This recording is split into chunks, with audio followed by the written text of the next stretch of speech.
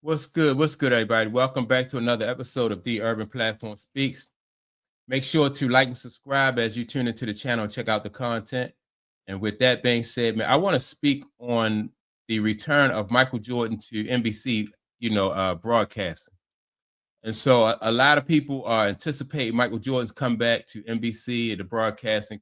And mainly, they're looking forward to his comeback because some people think that Michael Jordan is going to set the record straight for us that GOAT conversation, and probably and also about like where do he fit in, in basketball history. Where do LeBron James fit in as far as like giving people more perspective on that GOAT debate, right?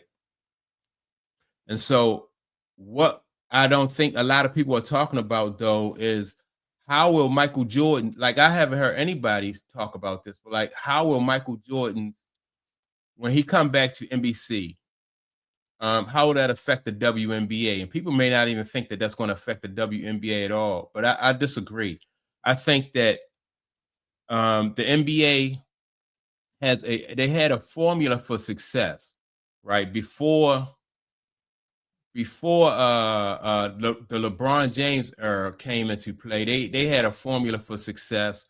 And up to Kobe Bryant, they followed that formula. And so now that things like ratings have dropped off, attendance is down and stuff like that, now people feel like Michael Jordan coming back to basketball to talk about it, that's going to usher in a new it's just going to usher in a new attitude and a new movement in the NBA. And so I think the WNBA has benefited from the fall off of the NBA. And the reason why I say that is people who really like they like good basketball, they like fundamental basketball and stuff like that. They'll go to like whatever source they can to get that, right? And so the NBA for a while now has been boring because with the NBA you get no defense, and at the offensive end you get a whole bunch of three pointers or even you get dunks, like really no strategy or anything. And so now with in the WNBA on the other hand, you have like there's more strategy, you know what I mean, and there's more to appreciate. So you had those diehard basketball fans who left basketball, and I think just temporarily, just to see like what was all the big like what's the big deal as far as like with Caitlin Clark and some of these new women that's coming into the league, right? And so that, in my opinion, that's helped the WNBA gain a surge. Now I've noticed that people like throughout these playoffs right now that people are really starting to be more excited about the NBA. They're excited about this the guy Tyrese Halliburton. They're excited about Shea Gilgeous Alexander, Anthony Edwards, and who else? Jalen Brunson. So these guys right here are not like the old guard that's going out. Like you got Kevin Durant that's on his way out, LeBron James and Steph Curry.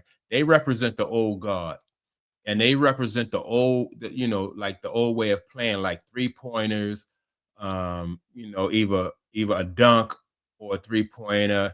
Really no defense to speak of, and so fans was tired of that. But now you got guys on these four teams that are in the playoffs now.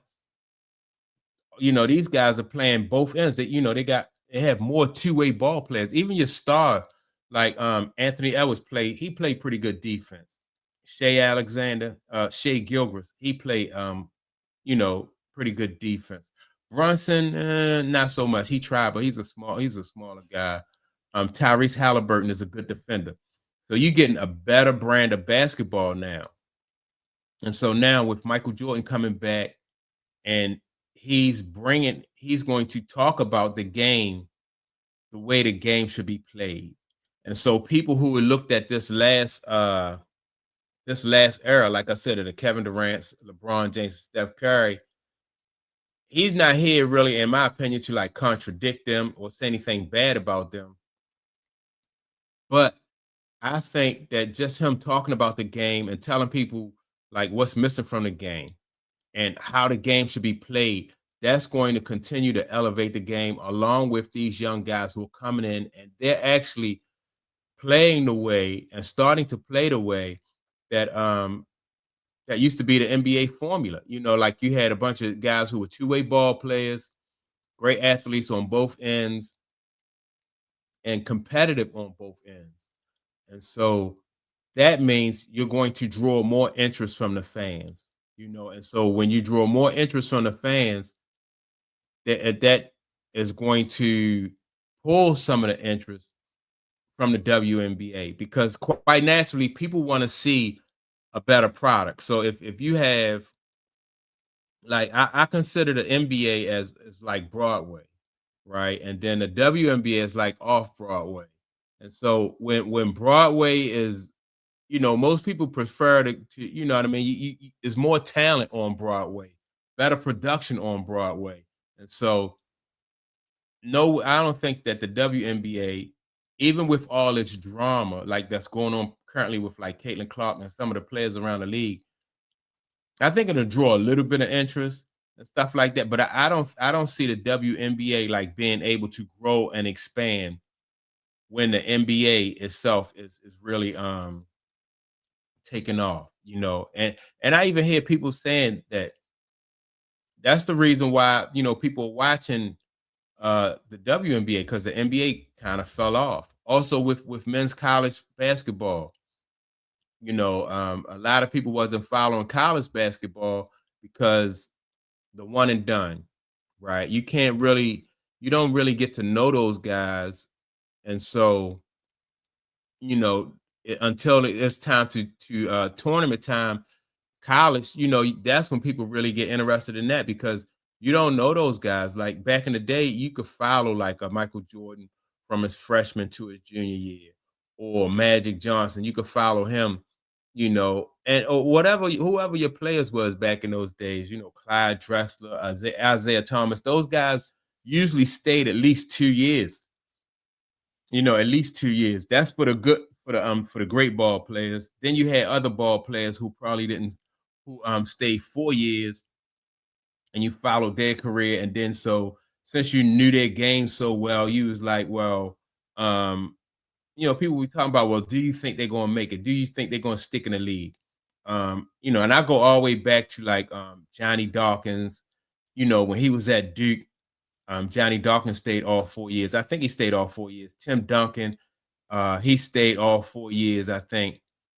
So you watch those guys throughout college develop, and then when it's time for them to go to the next league, I mean to the NBA, then you like, oh man, are they going to stay? You know, or are they going to stick?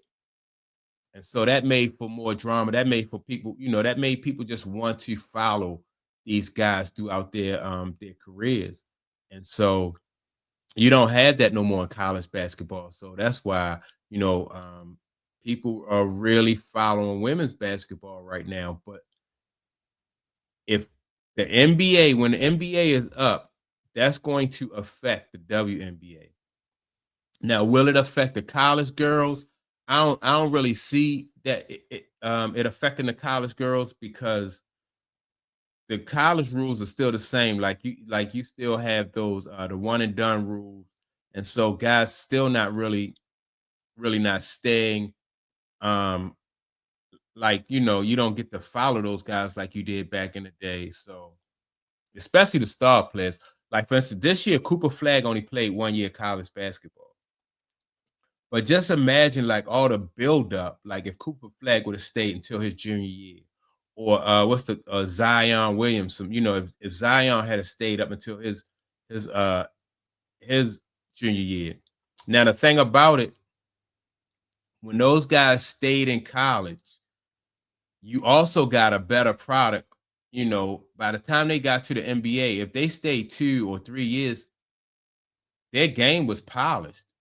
You know, their game was really polished. And even Kenny Smith said the same thing. Like Michael Jordan went to college and just worked on his game and perfected his game. And then by the time he got to the NBA, you know, it was just it was over with. He was ready, and that's how I think a lot of guys it's harder, I think, in my opinion, to learn at the NBA level when you could just be in college, just polishing up your game. And so that worked in Michael Jordan's in his favor for him to go to college and develop his game. And so back to my point is when the NBA is up, when they're putting a better product out there on the floor, I think this is going to affect the WNBA. Like I said, people and watch what I say, like with Tyrese Halliburton, right? The Indiana Pacers.